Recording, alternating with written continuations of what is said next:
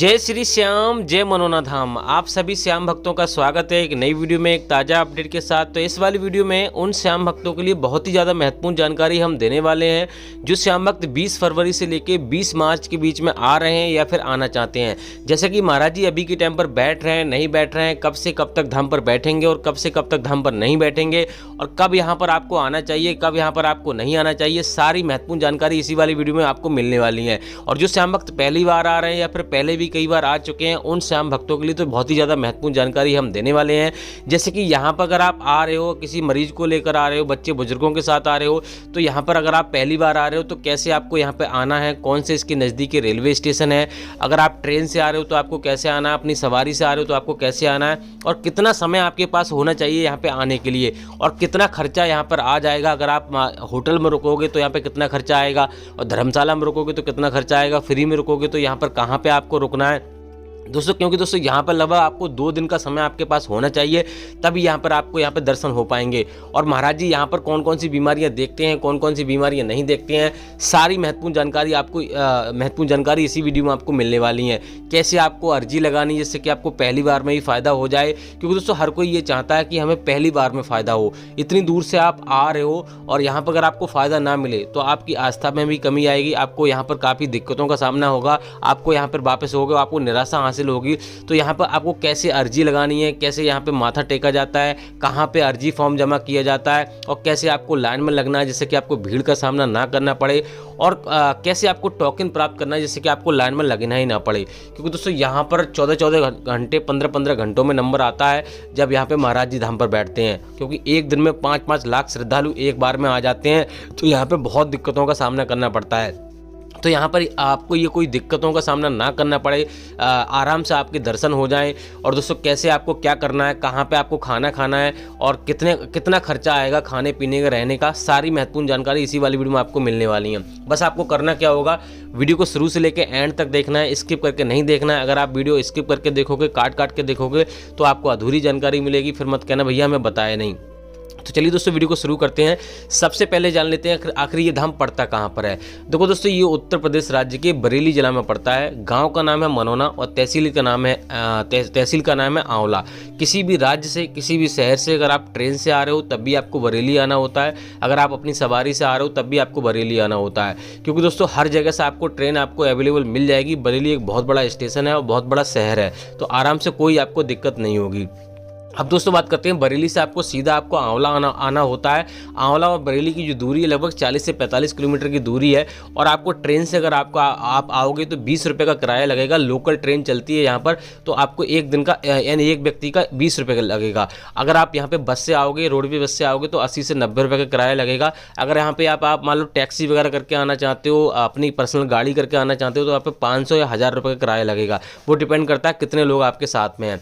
अब दोस्तों बात करते हैं यहाँ पे आंवला आने के बाद आपको सीधा आपको मनोना धाम आ जाना है। यहाँ से लगभग 1-1.5 किलोमीटर की दूरी पर आराम से आपको मनोना धाम मिल जाएगा।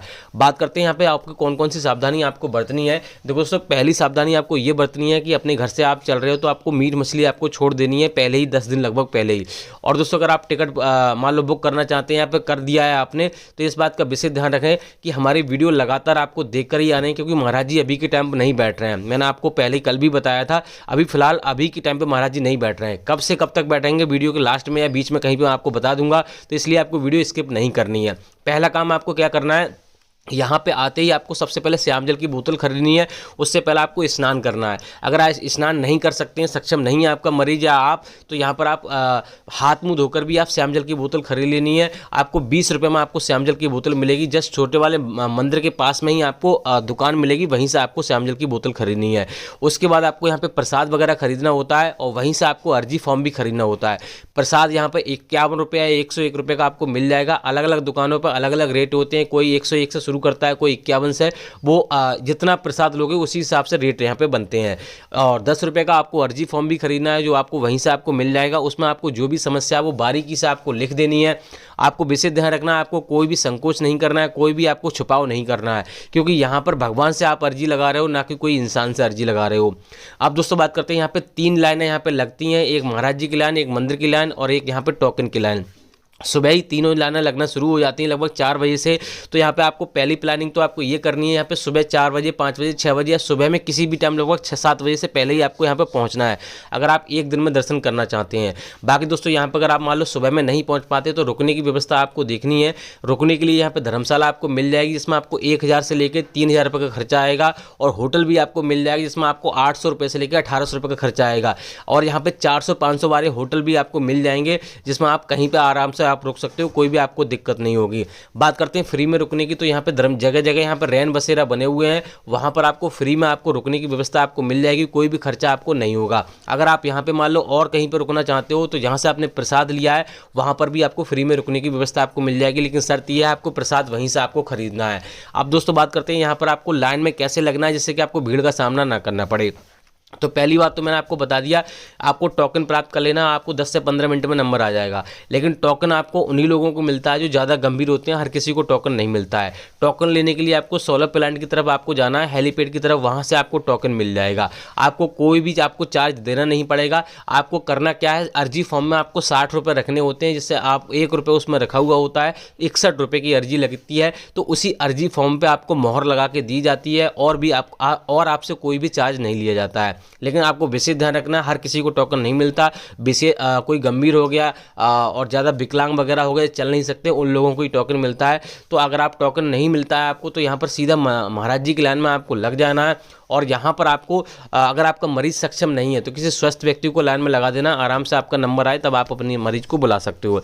बात करते हैं दोस्तों यहाँ पर अगर महाराज जी कितने बजे से कितने बजे तक बैठते हैं, तो महाराज जी सुबह 9 बजे से लेके अभी के टाइम पर और रात के 11:30 बजे तक बैठते हैं। 3 शिफ्टों में बैठते हैं, सुबह, दोपहर, शाम। बात करते हैं आपको कौन कौन सी सावधानी आपको बरतनी है जिससे कि आपको पहली बार में ही फ़ायदा हो जाए। मैंने आपको बता दिया, मीट मछली आपको नहीं खानी है। दूसरी बात यह है, यहाँ पर आ रहे हो तो आपको ऐसे भाव या ऐसे मन में कोई विचार आपको नहीं लाना है कि यहाँ पर हमारी मनोकामना पूरी हो जाएगी तो ठीक है, हम इतना पैसा चढ़ा देंगे, वैसा कर देंगे, वैसा कर देंगे। ऐसा आपको बिल्कुल भी नहीं बोलना है। आपको बस यही विचार लेके आना है कि हमारी यहाँ पे यानी हमारी यहाँ पर आस्था है, और पूर्ण विश्वास के साथ हमारी अर्जी स्वीकार कीजिए प्रभु, और यहाँ पर हमारा कल्याण कीजिए। हम आपकी शरण में आए, आपको ही देखना है, हमें नहीं मालूम क्या करोगे क्या नहीं करोगे, आपको ही यहाँ पे ठीक करना है। तो ऐसा पूर्ण आस्था के साथ आपको आना है। दूसरी बात यह है, यहाँ से श्यामजल अगर आप लेके जा रहे हो तो कभी भी आपको पैरों के तले ट्रेन में या कहीं पे ऐसी जगह आपको नहीं रखना है। कभी भी ऑनलाइन श्यामजल आपको नहीं मंगाना है, ऑनलाइन आपको अर्जी नहीं मंगानी है, धोखा धड़क्की के चक्कर में नहीं पड़ना है। क्योंकि यहाँ पर क्या मालूम किस व्यक्ति ने कैसा आपको श्यामजल भेज दिया, क्या मालूम वो कहाँ पर खंडित हो गया, तो आप कहोगे भैया कोई फ़ायदा नहीं हुआ, तो फिर आपको आपके मन में कोई ना कोई खोट आ जाएगी। तो आपको इन चीज़ों से बचना है। दूसरी बात यह है, अगर आपका मरीज सक्षम नहीं है तो आप किसी स्वस्थ व्यक्ति को यहाँ पे भेज दीजिए, आपके परिवार का कोई हो चाहे रिश्तेदार हो, उसको क्या करना है, उसके साथ में फ़ोटो भेज दीजिए जिस मरीज़ को आप यहाँ पे श्यामजल पिलवाना चाहते हैं या फिर जिसको दिक्कत है, और महाराज जी से श्यामजल पढ़वा के और यहाँ पर आशीर्वाद दिला के आपको सीधा अपने घर पे सेवन कराइए। जब उसको फ़ायदा हो तब यहाँ पर आपको लेके आना है। आपको अगर मान लो ज़्यादा गंभीर मरीज अगर आप लेकर ही आना चाहते हैं, पहले तो महाराज जी मना करते हैं। अगर मान लो लेकर आना चाहते हैं तो पहले आपको दरबारियों से बात करनी पड़ेगी। महाराज जी यहाँ पे स्वयं चल के जाएंगे, आपकी एम्बुलेंस है या किसी में गाड़ी में अगर मरीज ज़्यादा गंभीर है तो वहाँ पर महाराज जी देख कर आते हैं, आपको कोई भी दिक्कत नहीं होगी।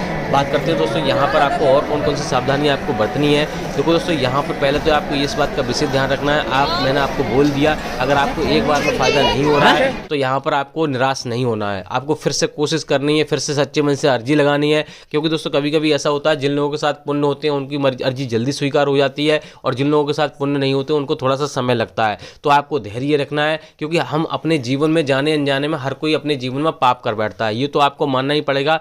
क्योंकि दोस्तों हम भले से ही नहीं जानते हैं, छोटे मोटे पाप अपने जीवन में कर ही बैठते हैं, तो उनको कर्मों का फल हमें मिलता है। इसलिए जिन लोगों के साथ पुण्य होते हैं उनको जल्दी फायदा मिल जाता है, जिन लोगों के साथ पुण्य नहीं होते उनको थोड़ा सा समय लगता है। बात करते हैं महाराज जी यहाँ पर कितनी तारीख से कितनी तारीख तक बैठेंगे। पहले तो बता दें कि यहाँ पे वेडनेसडे और ट्यूसडे को महाराज जी धाम पर नहीं बैठते हैं। अगर आप किसी भी दिन आ रहे हैं तो आपको इन दिनों का ध्यान में रखना है, आपको इन दिनों में नहीं आना है, क्योंकि इन दिनों में सिर्फ महाराज जी कोई बड़ा त्यौहार हो गया, एकादशी का त्यौहार हो गया, तभी महाराज जी धाम पर बैठते हैं, अन्यथा नहीं बैठते हैं।